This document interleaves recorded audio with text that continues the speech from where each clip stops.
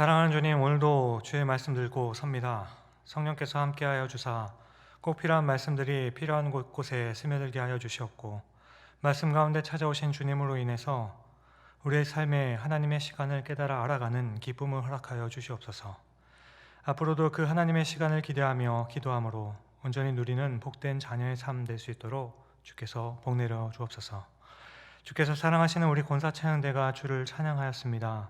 지휘자와 반주자 그리고 모든 대원들을 하나하나 기억하여 주시옵고, 삶의 여건들과 고민하는 것들 그리고 마음에 소원하는 모든 것까지도 하나님의 때에 아름답게 이루어지게 하시며, 이 모든 은혜를 깨닫고 알아가는 그 귀한 하나님을 찬양하는 시간이 날로 풍성하게 하여 주옵소서.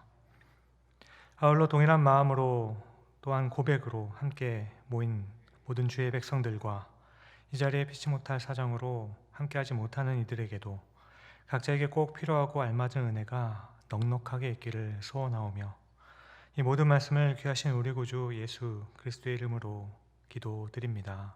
아멘. 네, 오늘도 하나님을 사랑하는 마음으로 수요예배에 함께 동참하시는 여러분들을 주님의 이름으로 진심으로 환영하고 사랑합니다. 네, 지난 시간 우리가 살펴본 것과 같이 사울은 지극히 작은 자 중에 하나였습니다. 여기서 지극히 작은 자 중에 하나였다라는 것은 이스라엘의 12지파 가운데 베냐민 지파, 그 중에 기브아 사람들은 사사시대 그 마지막에 거의 다가 진멸당해 겨우 600명 정도가 남았기 때문입니다. 이렇게 이스라엘의 다른 지파 사람들은 이 일 후에 베냐민 지파의 사람들을 약간 천대했던 것 같습니다. 특별히 문제의 핵심이었던 기브아 사람들은 참 못마땅했던 것 같습니다. 그런데 하나님께서는 그 기브아 사람 중 하나였던 사울을 왕으로 세우셨습니다. 그렇게 하나님께 선택받은 그 상황들을 보면 그 당시까지만 봐더라도 사울이 얼마나 열등감에 사로잡혀 있었는지, 그에게 두려움이 있었는지를 보게 됩니다.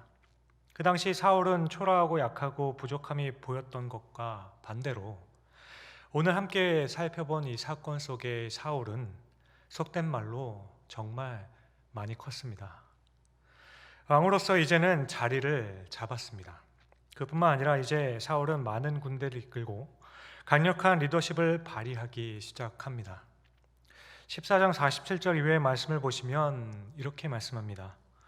사울이 이스라엘 왕위에 오른 후에 사방에 있는 모든 대적 곧 모압과 암몬 자손과 에돔과 소바의 왕들과 블레셋 사람들을 쳤는데 향하는 곳마다 이겼고 용감하게 아말렉 사람들을 치고 이스라엘을 그 약탈하는 자들의 손에서 건졌더라.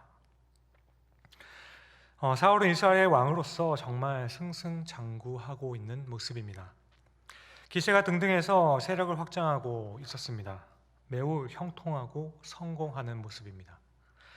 우리는 보통 형통하고 성공하는 것을 보면 그 사람은 하나님의 손이 함께 한다라고 합니다. 형통은 하나님의 축복이라 생각합니다. 하지만 사실 사울의 경우 하나님께 버림받게 되는 결정적인 이유와 원인이 바로 이 사울의 형통과 성공 때문입니다. 사울이 이렇게 형통하지 않았다면 아마도 조금은 겸손했을 것 같습니다. 사울이 잘 되지 않았다면 비록 약간의 열등감을 가지고 있었겠지만 하나님 앞에서 그렇게까지 죄를 범하지는 않았을 것입니다. 그런데 사울이 가는 곳마다 형통하기 시작합니다. 그러자 숨겨져 있던 자신의 그 기질이 발동을 하게 되고 기세등등하여 자리를 잡아가면서부터 오늘 본문의 사건이 일어나고 맙니다. 바로 너무나도 유명한 그 말씀, 순종이 제사보다 낫다는 그 말씀의 교훈이 드러나게 됩니다. 우리가 오늘 말씀을 보면서 아마도 두 가지 정도가 잘 이해할 수 없는 부분이라 생각합니다. 첫 번째는 하나님께서 사울에게 주셨던 명령입니다. 하나님께서는 사울에게 아말렉을 쳐서 죽이되 남녀노소 할 것 없이 모든 사람들을 다 죽이고 모든 생물도 다 죽이라는 잔인한 명령을 내리십니다. 하나님은 왜 이렇게 잔인한 명령을 내리셨을까? 이것이 우리가 생각할 때 잘 이해가 되지 않는 부분입니다. 그리고 두 번째는 하나님께서는 사울 왕을 세울 때부터 못마땅해 하셨습니다. 하나님의 마음에 두고 계셨던 왕은 다윗이었습니다. 그럼에도 불구하고 하나님께서는 이스라엘 백성들이 원하는 기준대로 왕을 세워주셨습니다.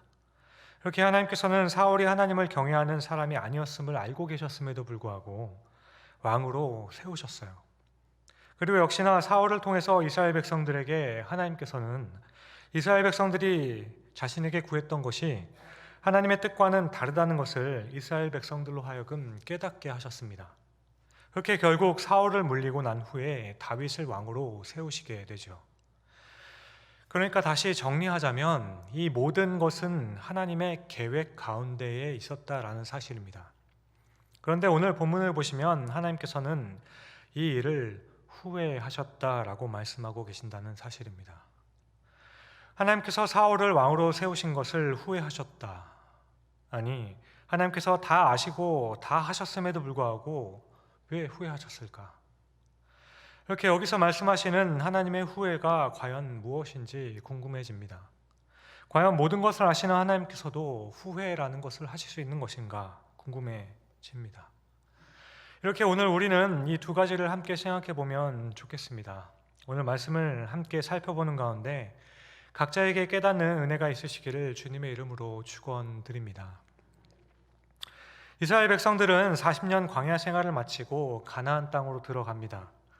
여호수아 6장과 8장의 말씀을 보면 이때 이스라엘 백성들에게 하셨던 하나님의 명령은 처음부터 잔인했습니다.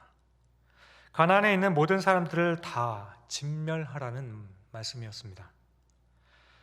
남녀노소 할 것 없이 다 죽이라는 명령을 하셨어요. 그래서 성경을 읽는 많은 사람들은 이 하나님의 잔인함을 정말 의아해하기도 합니다. 사랑의 하나님께서 어떻게 이런 말씀을 하실 수 있는 것일까? 너무 하나님답지 않다라고 합니다. 구약의 하나님과 신약의 하나님이 다른 것인지, 구약에서는 하나님께서 왜 이렇게 하셨을까 생각합니다. 그래서 어떤 분들은 그 가나안 족속들의 죄가 가득하여졌기 때문에 하나님께서 내린 심판이었다라고 말하기도 합니다. 그리고 또 다른 분들은 이것은 그 사람들뿐만 아니라 모든 사람들에게도 내려질 수 있는 어떤 재앙과도 같다라고 이야기합니다. 하지만 사실 이 명령은 하나님께서 특별하게 지시하셨던 것입니다. 그런데 오늘 이 명령은 이스라엘이 광야의 생활을 마치고 여호수아를 통해 처음 가나안 땅에 들어올 때 하셨던 것과는 조금 다릅니다.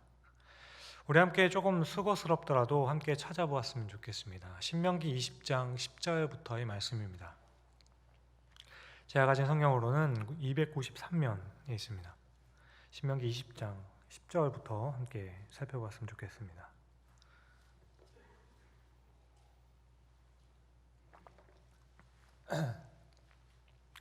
(20장 10절부터) 보시면 이렇게 말씀을 하십니다.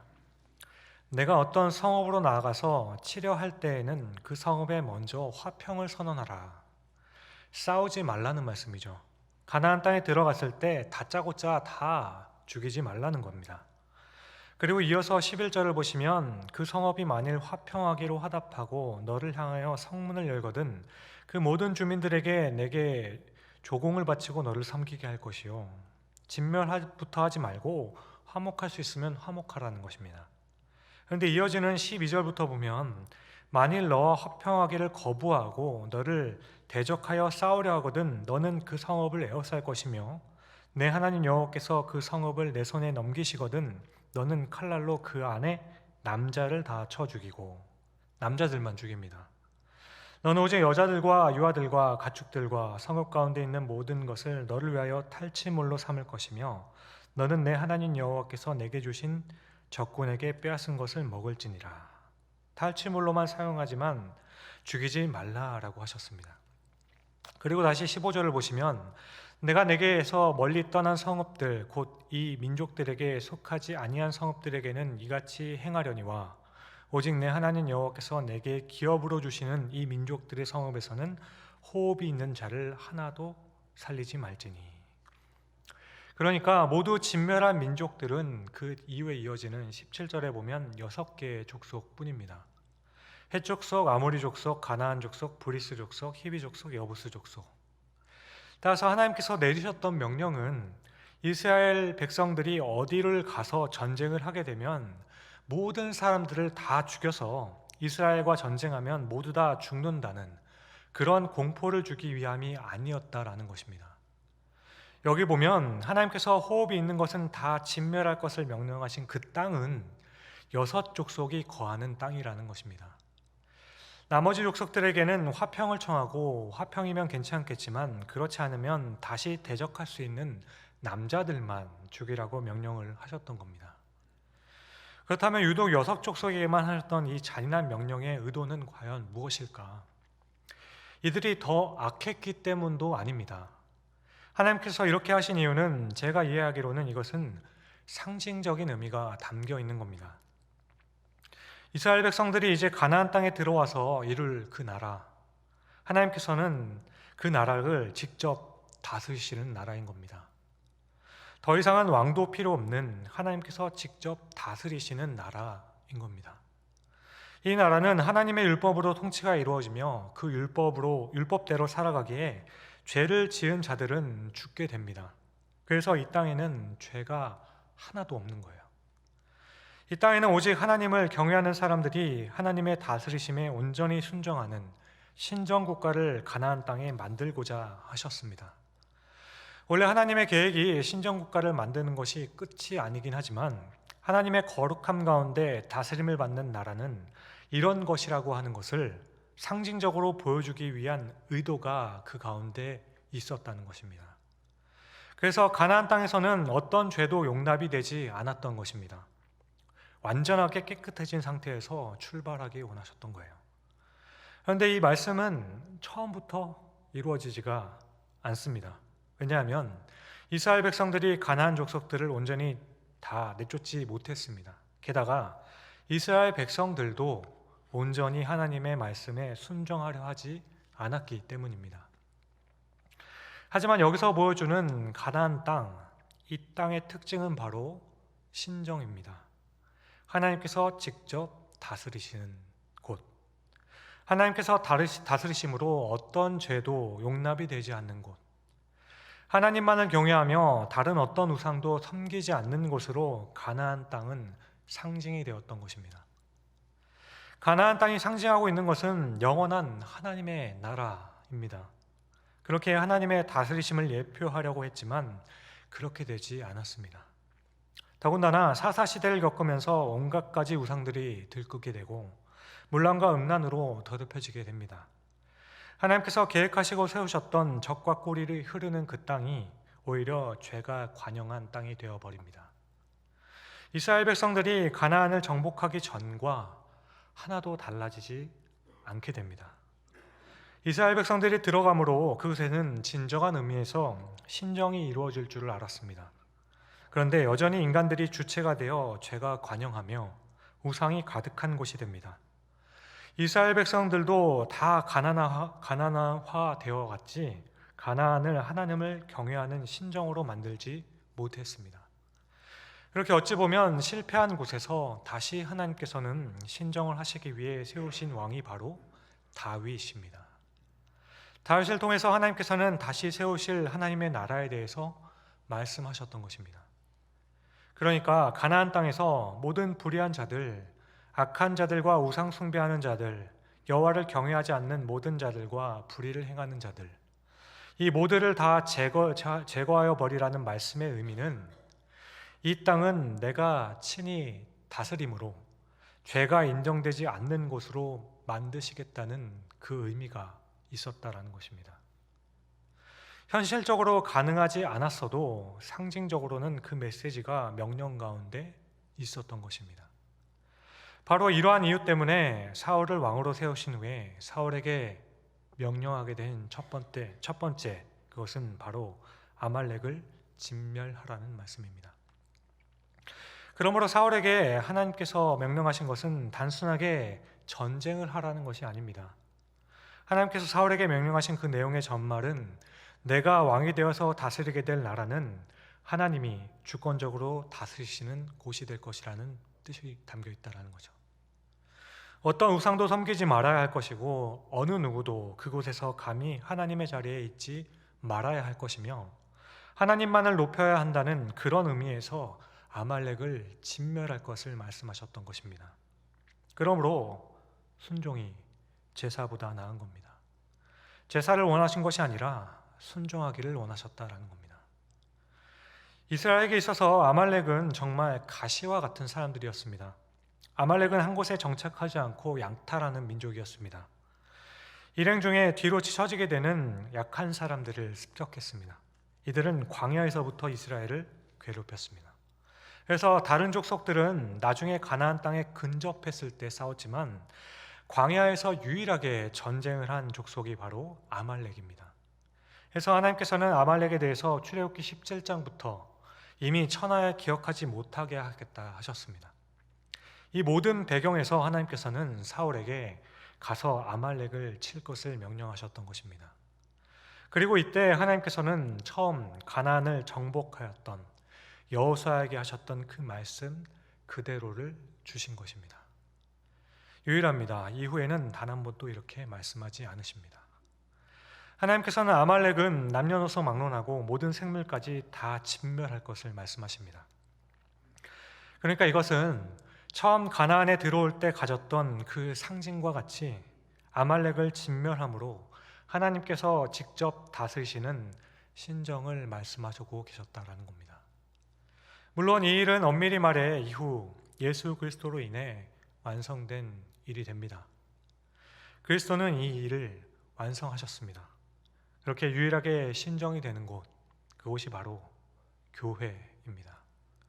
교회를 통해 하나님의 나라를 이루어 가십니다. 그런데 우리가 오해하지 말아야 할 것은 교회에는 신정을 하면 안 됩니다. 많은 분들이 교회는 인본주의적이 아니라 신정이 되어야 한다라고 주장하기도 합니다. 그런데 인본주의의 반대는 신본주의입니다. 신정이 아니라 신본입니다. 하나님이 중심이 된 하나님의 모든 것이 근본이 되심을 인정하는 신앙적 입장입니다. 또한 하나님을 유일한 주인으로 삼아 펼치는 가치관과 세계관이 중심인 것입니다. 그런데 신정, 티오클라틱, 그것은 하나님께서 친히 다스린다는 말씀이십니다. 하나님께서 친히 다스리신다는 것은 교회에서 옳고 그른 것을 구별하고 공의와 정의를 하나님께서 직접 나타내신다는 겁니다. 하지만 하나님께서는 이제는 직접 그렇게 하시지 않습니다. 그런데 많은 이단들이 이것을 가지고 이야기를 하는 것입니다. 하나님께서 하시지 않지만 대리를 통해서 한다. 그럼 대리인은 누구인가? 바로 자기 자신이라 이야기하는 겁니다. 그래서 많은 이단들은 하나님의 정권을 가지고 있는 자가 하는 그 권유는 다 하나님의 말씀처럼 받아들여야 한다라고 주장을 하게 되는 거죠. 이렇게 되면 엄밀히 말해서 이것은 신정이라고 하지만 신정이 아닌 겁니다. 대리자라고 주장하는 그 사람의 독재일 뿐인 거죠. 다시 말씀드리지만 이제 어떤 곳에서도 하나님께서는 신정하지 않으십니다. 하지만 주의할 것은 오늘 가나안 땅의 신정을 말씀드리면서 여호수아 때부터 다윗의 왕조까지 하나님께서 몇 번을 시도하셨지만 실패했다는 것을 말씀드리는 것이 아닙니다. 하나님께서 우리에게 주신 이 성경을 통해서 우리에게 이렇게 보여주시는 것은 이후에 하나님께서 원하시는 그 나라가 임하게 될 것이라는 것을 알려주시는 겁니다. 실패한 것을 보여주는 것이 아니라 예시해주고 있는 것입니다. 이미와 아직을 살아가는 우리에게 절대로 이루어질 수 없을 것 같은 그 나라가 임할 것이라는 것을 말씀을 통해서 여러 번 확인시켜주고 있는 것입니다. 따라서 이런 의미에서라면 이미 예시하셨던 것이 예수 그리스도부터 완성이 되었으면 우리는 더 이상 신정국가를 기대하는 것이 아닙니다. 어떠한 거대한 기독교 국가를 만드는 것이 우리의 목표가 되는 것이 아니에요. 왜냐하면 이제 예수 그리스도를 통해 완성된 하나님의 나라는 무기나 칼을 통해서가 아니라 사랑으로 완성되는 것이기 때문입니다. 하나님께서 이제 사랑으로 세상을 다스리시기를 원하십니다. 그렇게 이제는 더 이상 십자군 전쟁과 같은 것을 하면 안 되는 겁니다. 과거 십자군 전쟁의 과정과 배경은 이해할 수 있습니다. 그런 지역적인 이유도 이해합니다. 그러나 이런 부분을 떠나서 이 전쟁의 중심에 있는 그 핵심은 권력을 쥐고 있었던 사람들의 욕심이 더 큰 영향을 주었다고 생각합니다. 우리나라가 기독교 국가가 되면 얼마나 좋겠습니까? 힘으로 한다면 말이죠. 그래서 주일에 가게 문을 열면 벌금을 내거나 페널티를 주는 겁니다. 게다가 주일날 예배를 참석하지 않거나 봉사를 하지 않은 사람들에게는 과태료를 물리거나 한 달에 2번 이상 빠진 사람들은 감옥을 보내는 겁니다. 이게 가능하다면 주일에 예배드리는 시간에는 정말 한 사람도 거리에서 찾아보기 힘들 겁니다.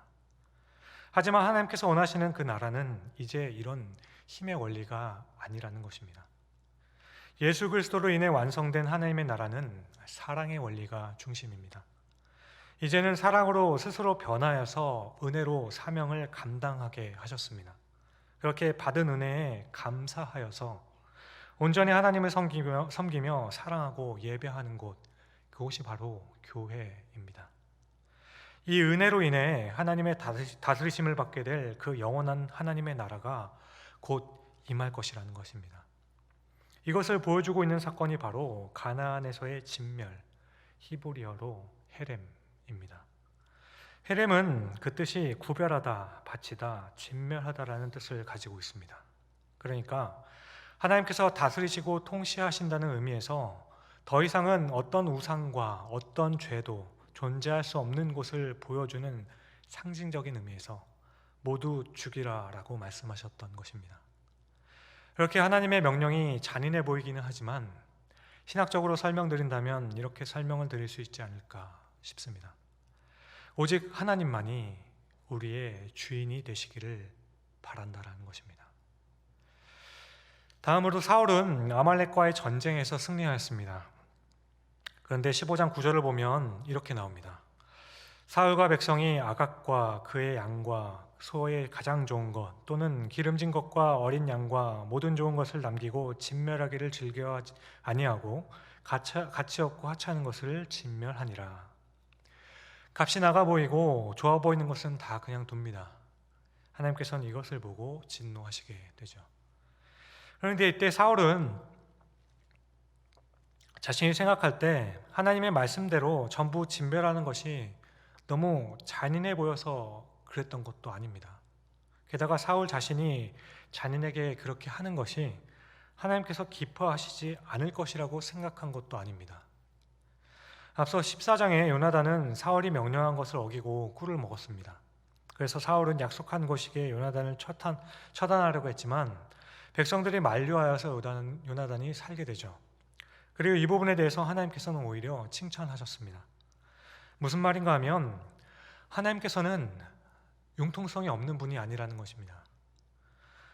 사울이 만일 하나님께 하나님, 이들이 제가 보기에는 너무 불쌍합니다. 용서하고 살려주십시오.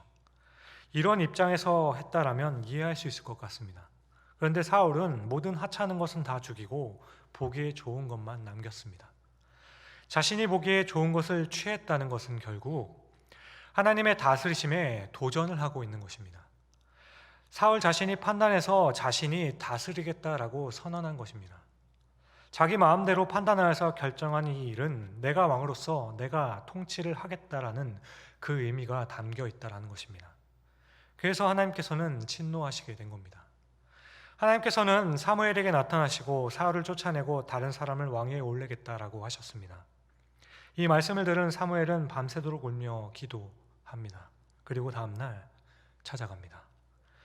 그런데 여기서 12절 이후의 말씀을 보면 이렇게 말씀하고 있습니다. 사무엘이 사울을 만나려고 아침에 일찍 일어났더니 어떤 사람이 사무엘에게 말하여 이르되 사울이 갈멜에 이르러 자기를 위하여 기념비를 세우고 발길을 돌려 길갈로 내려갔다 하는지라. 사무엘이 사울에게 이른즉 사울이 그에게 이르되 원하건대 당신은 여호와께 복을 받으소서 내가 여호와의 명령을 행하였나이다 하니 사무엘이 이르되 그러면 내 귀에 들려오는 이 양의 소리와 내게 들리는 소의 소리는 어찌 됨이니까 하니라. 사울이 이르되 그것은 무리가 아말렉 사람에게서 끌어온 것인데 백성이 당신의 하나님 여호와께 제사하려 하여 양들과 소들 중에서 가장 좋은 것을 남김이요 그 외의 것은 우리가 진멸하였나이다 하는지라. 제가 다시 한번 읽어드렸을 때 여러분도 여기에서 뭔가 거슬리는 표현이 한 가지 있지 않으십니까? 사무에서는 이렇게 일부러 표현한 것 같다 생각됩니다. 15절에 당신의 하나님, 21절에도 당신의 하나님이라는 표현을 사용합니다. 이것은 사울이 상당히 교만해진 겁니다. 자신이 마치 하나님과 동등한 위치에 있는 것처럼 된 겁니다. 전쟁에 이기고 나서 제일 먼저 한 일도 보면 자신의 기념비를 세우는 일을 합니다. 이 콤플렉스가 결국 나중에는 다윗을 시기하게 만들었고 자신을 파멸의 길로 몰고 가게 되죠. 이 부분을 사울은 끝까지 깨닫지 못합니다. 사울은 이후 사무엘이 전한 메시지를 듣고도 30절을 보시면 당신의 하나님 여호와께 경배하게 해달라고 합니다. 당신의 하나님이라는 표현을 강조하고 있어요. 이렇게 사울의 본심은 이 말 속에 드러난 것입니다. 그런데 그것을 숨기고 하나님께 제사하기 위해서 남겨두었다라고 자기 합리화를 하고 있었던 겁니다. 그럼에도 불구하고 만약 정말 사울의 본심이 정말 기름지고 좋은 것들을 이것은 하나님 드렸으면 좋겠다 하며 살려두었더라도 이것은 하나님의 말씀을 어긴 것입니다. 하지만 사울은 이런 뜻으로 한 것도 아니었습니다. 자신의 것으로 만들려고 하면서 그냥 자기 합리화를 하고 있었던 것이죠. 어쨌든 사무엘은 사울에게 하나님의 말씀을 전하면서 당신은 이제 하나님께서 치심으로 왕에게서 물러나게 된다고 하고 떠나가려 하죠. 이때 사울이 사무엘의 옷이 찢어질 정도로 붙잡게 됩니다. 그런데 이때에도 하는 말을 보시면 24절부터 보면 이렇게 말합니다. 사울이 사무엘에게 이르되 내가 범죄하였나이다. 내가 여호와의 명령과 당신의 말씀을 어긴 것은 내가 백성을 두려워하여 그들의 말을 청종하였음이니이다. 청하오니 지금 내 죄를 사하고 나와 함께 돌아가서 나로 하여금 여호와께 경배하게 하소서 하니. 25절만 보면 마치 자신의 죄를 고백하는 것 같습니다. 그런데 자세히 보면 사실 이것을 다 죽이면 백성들이 나를 원망할까 봐 그런 것입니다. 이렇게 말하고 있는 것입니다. 자신의 죄가 아니라 백성들을 앞에 세우고 있는 모습이죠. 그리고 더 나아가 30절을 보시면 이렇게 말씀합니다. 사울이 이르되 내가 범죄하였을지라도 이제 청하옵나니 내 백성의 장로들 앞과 이스라엘 앞에서 나를 높이사 나와 함께 돌아가서 내가 당신의 하나님 여호와께 경배하게 하소서 하더라. 결국 회개한 것처럼 보이지만 전혀 그렇지 않았다라는 것을 깨닫게 됩니다. 내가 범죄하였습니다. 그러니 나와 함께 돌아가서 예배해 주십시오. 그런데 그렇게 해주는 이유는 사무엘이 사울 자신과 함께하는 것을 내 백성들에게 보여주어서 이스라엘 백성들과 장로들을 안심시키려 했던 겁니다. 자신이 하나님의 말씀을 어겼음에도 불구하고 자신을 높여달라라고 간구합니다. 사무엘이 자신과 함께 예배하는 그 모습을 보여줌으로써 하나님께서 아직 자신을 인정하고 있다는 것을 확인시켜 주라고 자신의 백성들에게 그렇게 확인시켜 달라고 요청하고 있는 겁니다. 하나님 앞에서 내가 범죄하였으니 나를 한 번만 용서해 주십시오 하는 그런 회개의 모습이 아니라는 것입니다. 사울은 지금 자신이 누리고 있는 것을 빼앗길까 봐 사무엘더러 중재해 달라고, 하나님과 나 사이에 중재해 달라고 요청하고 있는 겁니다. 혹여라도 백성들이 자신에게 등을 돌리지 않도록 하기 위해서 자신을 이상하게 보지 않게 해달라고 사무엘에게 부탁하는 겁니다. 이 부분을 통해서 우리는 사울의 열등감을 다시 한번 확인하게 되는 겁니다. 사울은 진심으로 회개한 적이 없습니다. 하나님을 진심으로 사랑하지 않았습니다. 사울의 회개와 다윗의 회개는 전혀 다릅니다.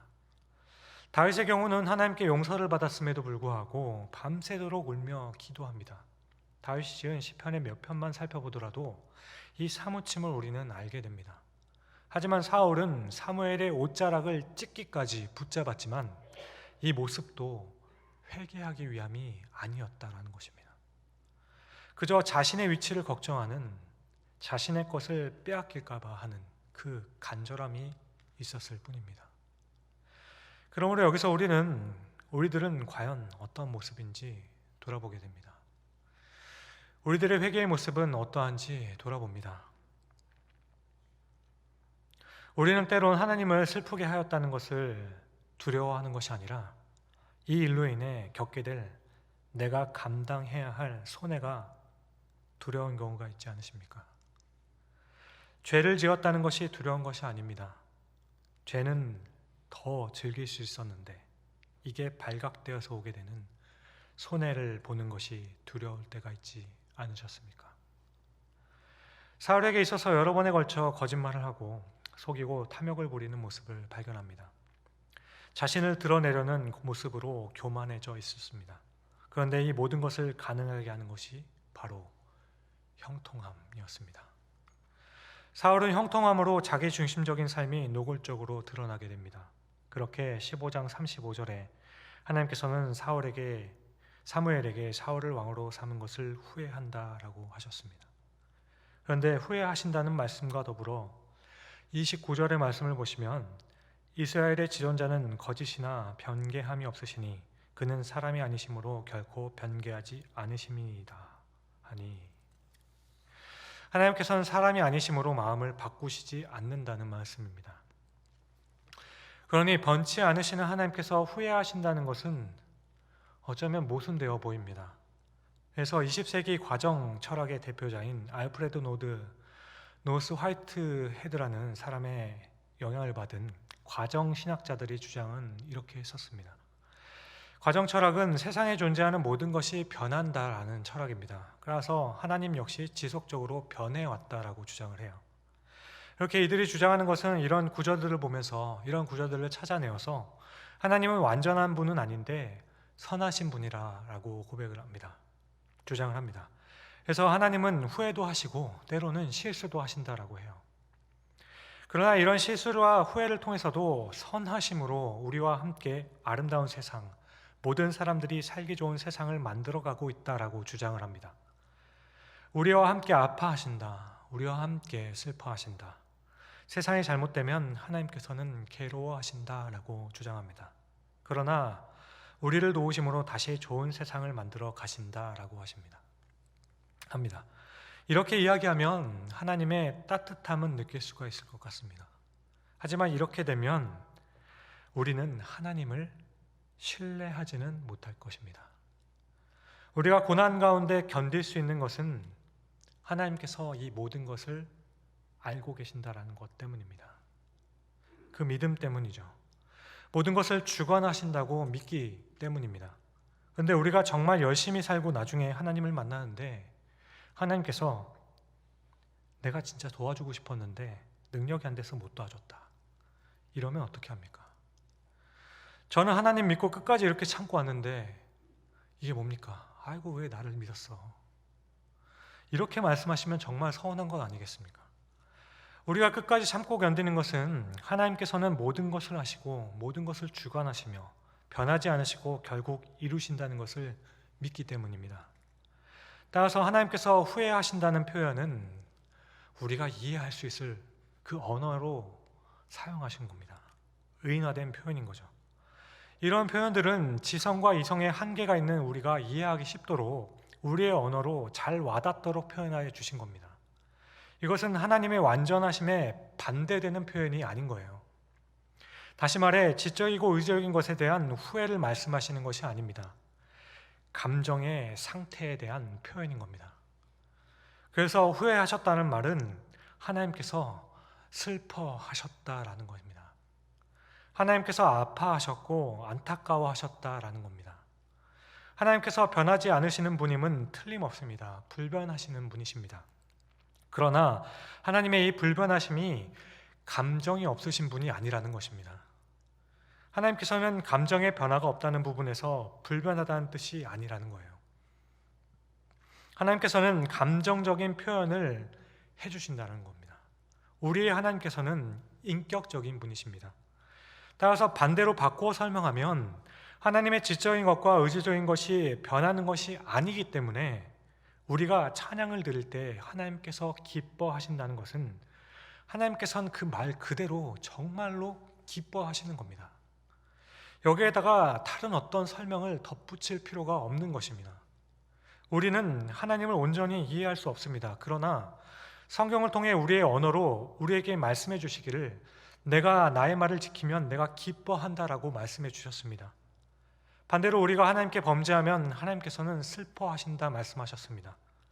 우리가 찬양하고 경배하면 기뻐하시고 우리가 범죄할 때 슬퍼하시는 분이 바로 우리의 하나님이십니다. 그러니까 우리는 하나님을 기쁘시게 하기 위해서 찬양하는 것입니다. 이런 의미에서 후회하셨다는 것의 그 의미는 괜히 그렇게 했네, 이것이 아니라는 겁니다. 이렇게 될 것을 알고 계셨음에도 불구하고 그것을 안타까워하시고 슬퍼하셨다라는 겁니다. 예수님을 십자가에 못 박으시고 하나님께서는 그 십자가에서 엘리 엘리 라마 사막다니 하시는 예수님의 음성을 들으시면서 하나님께서는 안타까워하시면서도 진노를 내리셨습니다. 그리고 슬퍼하셨습니다. 진노는 내리셔야 했지만 슬퍼하셨습니다. 노아의 홍수 때에도 지면의 모든 것을 물로 쓸어버리시며 후회하셨다라고 말씀하셨습니다. 여기서도 후회하셨다는 것은 내가 괜히 그렇게 했다, 이렇게 의지적으로 하였던 일을 돌이키고 싶다라고 표현한 것이 아닙니다. 여기서도 그것으로 인해 굉장히 슬퍼하셨다라는 뜻입니다. 우리가 이해할 수 있는 감정의 그 표현을 우리에게 해주신 겁니다. 하나님께서는 우리에게 행하신 일 중에서 미처 모르는 부분이 있어서 내가 괜히 그때 그렇게 했네 하며 후회하시는 분이 아닙니다. 사랑하는 성도 여러분, 우리 하나님께서는 지적인 부재나 의지적 결단의 미흡함 때문에 하나님께서 하신 일을 후회하시는 일은 없습니다. 그래서 심지어 우리가 당하는 그 고난조차도 우리가 잘되게 하기 위해서 주신 것임을 믿을 수 있길 바랍니다. 하나님께서는 고난을 허락하시면서 나중에 내가 괜히 그때 그렇게 했다 하시는 분이 아닙니다. 그럼에도 불구하고 고난으로 힘들어하는 우리를 보시면서 슬퍼하시고 안타까워하시는 분이십니다. 하나님의 마음이 그러신 겁니다. 하나님께서는 자신의 백성들이 범죄할 때, 하나님을 멀리하려 할 때 슬퍼하시고 분노하십니다. 그리고 하나님을 영화롭게 할 때 기뻐하십니다. 하나님께서는 우리로 인해 영원히 즐거워하시기도 하며 그렇게 영원히 즐거워하시고 기뻐하시기 위해 우리를 구원하시고 자녀 삼으신 것입니다. 그러므로 우리가 겪는 고난과 어려움 가운데서 하나님의 선하심과 전능하심을 의심하지 말고 인내할 수 있기를 바랍니다. 그러나 우리가 인내하지 못하고 하나님께 대하여서 범죄하여 하나님께서 원하시지 않는 그 일을 행할 때 하나님께서는 후회하신다는 사실도 기억할 수 있기를 바랍니다. 다시 말해 하나님께서는 너무나도 안타까워하시며 슬퍼하십니다. 그래서 우리 주님께서 우리에게 주시는 시련은 그렇게 해야만 하시는 일인 겁니다. 때로는 약속하신 대로 매를 들면서도 그 약속을 후회하시는 것처럼 말씀하실 수도 있습니다. 그렇지만 그 약속을 후회하시는 것처럼 보이는 것은 그 약속을 하지 말았어야 한다는 것이 아닙니다. 약속을 어김으로 매를 맞고 있는 우리를 보시기에 너무나도 안타까워하신다는 말씀입니다. 어린 자녀에게 어쩔 수 없이 매를 들 때 그때 부모의 마음이 더 찢어지는 것 아니겠습니까? 하나님의 후회하심은 우리를 향한 안타까워하심이라고 이해할 수 있을 것 같습니다.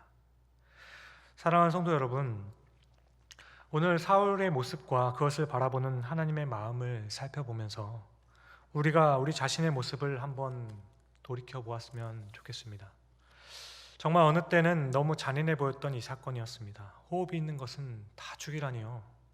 그러나 사실은 이 잔인해 보이는 사건을 통해서 하나님께서는 그 어떤 것도 어느 것도 우리의 삶의 중심에서 우리의 주인이 되지 못하고 오직 하나님만이 우리의 주인이 되고 싶어 하시는 하나님의 마음을 우리에게 보여주신 것입니다.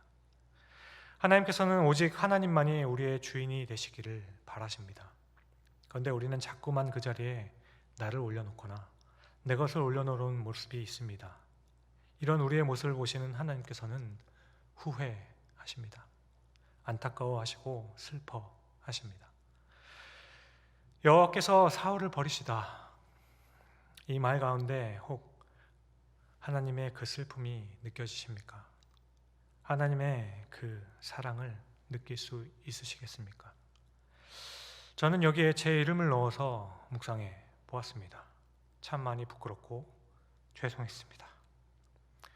주 안에서 사랑하는 성도 여러분, 아무쪼록 이제라도 곰곰이 우리의 마음을 잘 점검해 보시고 이 밤에 앞으로의 삶에서도 겸손히 하나님 앞에서 하나님만이 나의 주인이시라는 그 고백, 우리의 모든 것에서 철저하게 하나님이 나의 주님이시라는 그 고백을 할 수 있기를 바랍니다.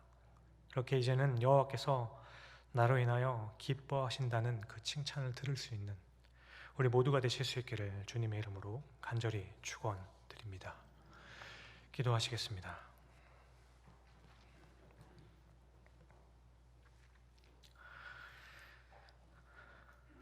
사랑하는 주님, 오늘 말씀 가운데 다시 한번 우리를 너무나도 사랑하시는 그 하나님의 마음을 나의 마음 가운데 되새겨 봅니다. 우리를 눈동자와 같이 지키신다는 그 말씀이 그 말씀 그대로 우리에게 하신 진실한 약속임을 깨닫습니다. 그럼에도 불구하고 우리는 또 하나님을 잊고 나와 나의 것을 중심에 삼고 있지 않은지 돌아봅니다. 오늘 이 시간 다시 우리를 위해 돌아가신 독생자의 그 사랑을 마음에 깊이 되새기며 나의 주인 되신 주님을 나의 왕으로 섬길 수 있게 하여 주시옵소서. 그렇게 이제는 다시 돌이켜 마음에 없는 제사가 아닌 진심 어린 순종으로 하나님을 기쁘시게 하는 그 백성, 아버지의 말씀을 기쁨으로 순종함으로 행복한 주의 자녀로서의 삶을 살아낼 수 있게 하여 주옵소서. 감사합니다.